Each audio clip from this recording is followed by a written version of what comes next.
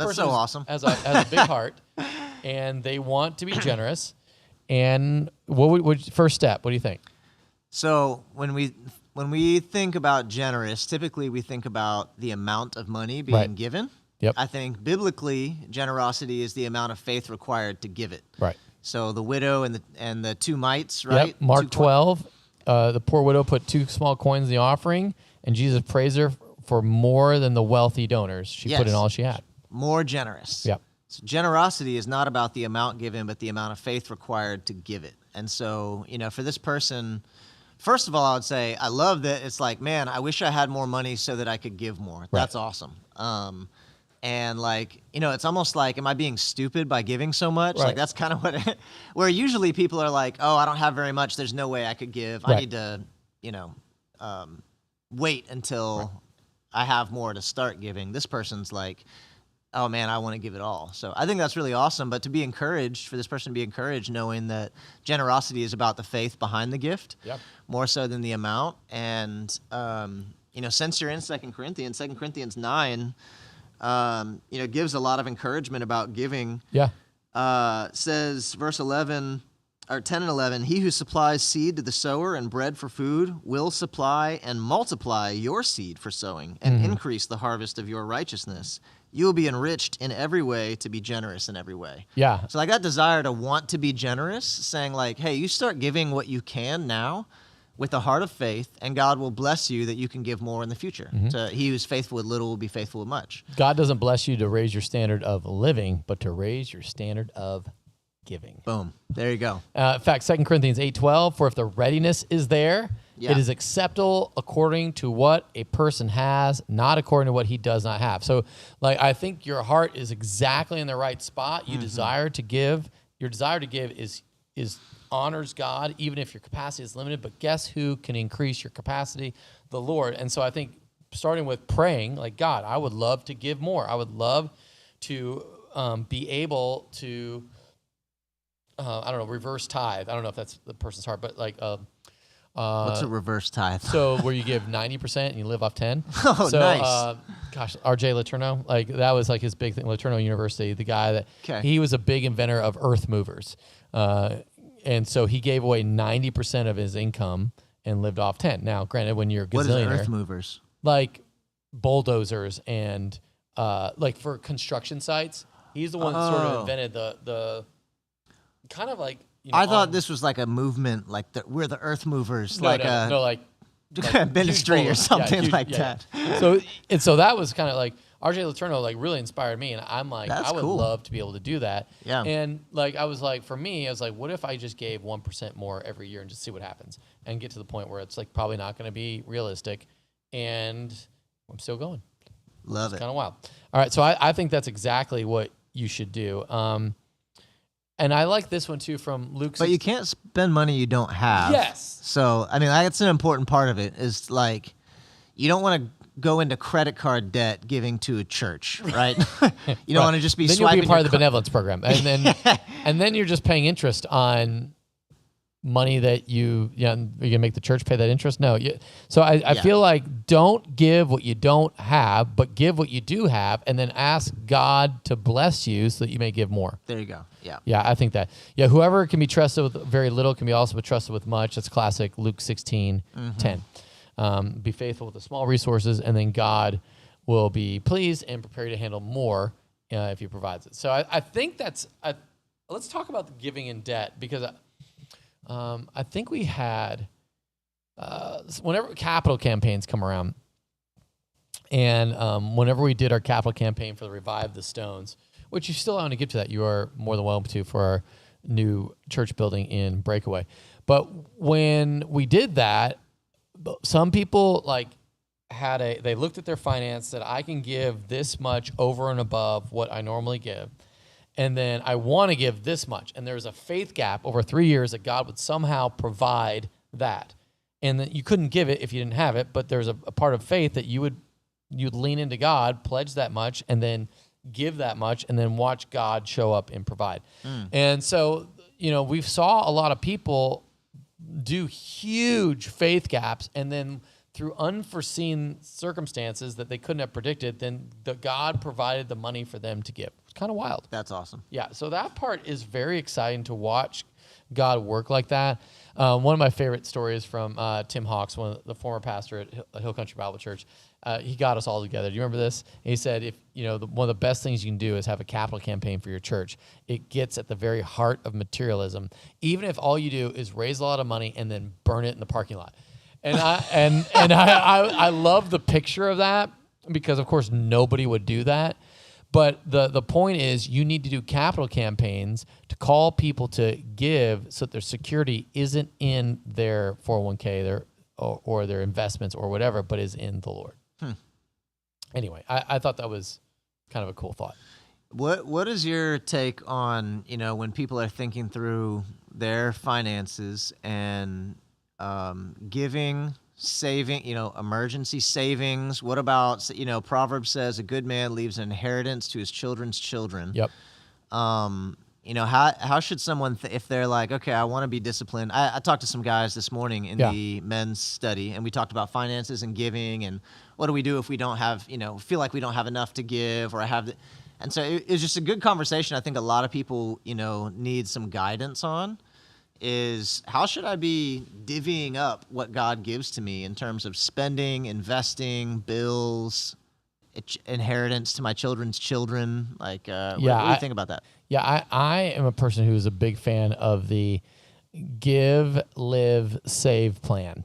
And so give first, create a plan for what you're going to live off of, and then save. So if I would break it down, 10-10-80 would be like, give 10, save 10, and then that's very general. Some other people would say, save 15 and live off the rest. But start somewhere with all that. Start somewhere with giving, start somewhere with saving, and start somewhere with a budget so that you know actually what you're spending, what's coming in, what's going out.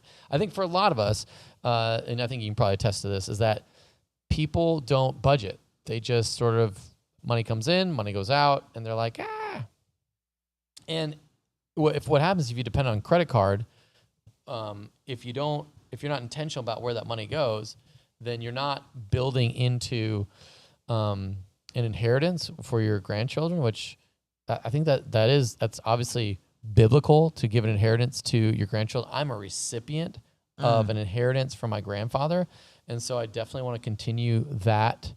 And it was a huge, that's how I bought our house. That was wild. So I think that is a huge, that's awesome. It's really special, and that's wise living and wise investing. And at the same time, you're not, I think Warren Buffett, he wanted to give away like 99% of his wealth because he's a gazillionaire. All right. But I don't think any of us are in that realm of Warren Buffett. So I do think saving, and what savings wise, because it's not like you're hoarding money. You are paying yourself when you don't have a job. Like, you need to think through that. What about the proverb of the guy with the barns, storing up the stuff in his barns? And some people will go to that and be like, yeah, you're not supposed to save. That's like worldliness. Right. Yeah. Well, I think there's a part of, I don't know if that was like how much wealth we're talking about, but don't do that, right? Because you don't know what your life is. And so I think that is true. I think that you're having to hold attention with both sides of that. Your hope can't not be in your money, because we all know that, let's just go to the 1920s. Banks were completely liquidated, and there was nothing there. And but I'm now the FDIC. Oh, you're telling me you're trusting in the government for your $250,000? Well, how long is that $250,000 going to last you? Yeah. If everything, let's just say the government does come through. But what if the government doesn't come through? What if the government collapses? Well, we're in America. That would never happen. I'm sure that's what they felt like in Rome. There's a reality that, like, the thing that you trust in cannot be your wealth, because that is here today, gone tomorrow. As Proverbs says, it gets wings and flies away. Or like, as some say, it's like a fake wall, or like a fake castle. So you have this ability, sort of like, I'm okay, but it's an illusion of control. Yeah. Anyway, now, is there some probably peace of mind that comes from, I have thought through this, I've biblically thought through my finances I have planned as best you can, but your trust still cannot be in your plan. Yeah, that's a good way to put it. I think, there's both of those realities are in the scripture. Of one, it's good to work hard. It's good to make money. It's good to, you can't be generous if you're not making anything to be generous with, It's good to save. It's good to save up for your children's children. It's good to be generous. All those things are good. And at the same time, you can't serve God and money. Yeah. There's a temptation of the idolatry of wealth and materialism, and you can't put your hope in it because it can't save you. And so, all those things are true at the same time. Yeah, I think with Proverbs 18 something, a rich man's wealth is like a strong city, and in like a high wall in his imagination. I think that if we have the view that my wealth is not guaranteed, that at any given moment, you could have a house fire and you weren't covered insurance-wise for 2 days or whatever. I think I just was talking to a police officer a couple days ago, and a guy had like a vintage Stingray Corvette worth over $100,000, and his insurance ran out on 4/20, and he hadn't renewed it for whatever reason, and he was going to a car show and drove it straight into a telephone pole. Oof. And gone. He woke up 5 minutes before. He was excited about going to the car show. That's gone. Or a tornado, and you didn't pay up for your house insurance, or whatever the situation is. There was COVID. I mean, who could predict that? And you had all your money invested in, I don't know, something that COVID destroyed. There you go. You had a restaurant or something, and or whatever. There's anything could happen, and so there's nothing guaranteed. Sometimes it's a wealth is an illusion of control, but at the same time, it can be a useful tool. Yeah, that's a great tool. Others, to bless your children, your grandchildren. So seeing it as a useful tool, but nothing to put your hope in. Right, and so I love the fact that somebody wants to be able to give more. Yeah, and I think give what you have.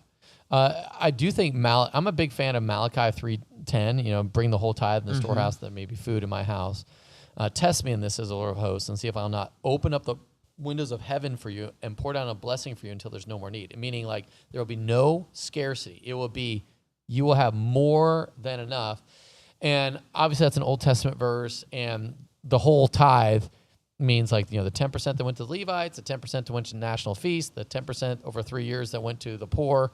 There's a lot of different tithes, and so you need to have a whole tithe, bring everything. But I think with Jesus, expecting a financial provision from God in some way. In fact, what the Bible says, when you give to the poor, you lend to the Lord. And so I think about benevolence giving. There's a blessing that enables for giving, and then you reap what you sow. And I think you mentioned the 2 Corinthians 9, 10, 11. Yeah. So I do feel like there is clear scriptural backing, not for a prosperity gospel. God's going to bless me so I can have more for me. He's not going to raise my standard of living necessarily, but he will raise my standard of giving. Yeah. Yeah. And I mean, if your standard of living is unsustainable, I think it's okay to raise your standard of living too. Yeah. But, the goal, obviously, that you see in Jesus, just to bring it back to the real gospel, the goal is a generosity that displays the heart of God, right, the love of God. Your trust is in Jesus. You can give in a way that demonstrates God's love to the world. Yeah. So that's and I don't, like I said, I don't think you have to live like a pauper. Yeah. If you've got wealth, enjoy it. God has blessed you with that so that you can enjoy it. But at the same time, the heart of raise your standard of giving, not your standard of living, isn't so that it's so that you kind of you put that perspective first. I want to seek first to expand kingdom, give to the kingdom, and God, it's your money. Do with how God has entrusted you and how He's leading you. And I think that's the important part. I think sometimes people forget that every dollar, not just the money you give to the church, is what God is leading you to use well. It's how much money you put toward your house and how much money you put towards whatever. And it might be, have the big house so you can have a lot of people over, so you can bless a lot of people and have a lot of communal life happening at your house. That's a glorious thing. Yeah. Yeah. Good question. Yeah, great question. I didn't realize it would take us down that pretty good that was a fun rabbit hole. So back to comfort, and I think this is God's gives us comfort, and sometimes that's material comfort, so that we can bless others. And then we're not supposed to get angry at others when they don't provide us the comfort that we thought they were going to provide us. Yeah. At the time they're supposed to provide us. And I think that can be an issue when you're dealing with, Paul as a pastor or as an elder, as an apostle, that they wanted to experience joy from him, or also from just putting your hope in people and not in Jesus. Yeah. Hey, thanks so much for watching. We will see you next time on Pastor Plek's podcast, From Our House to Yours. Have an awesome week.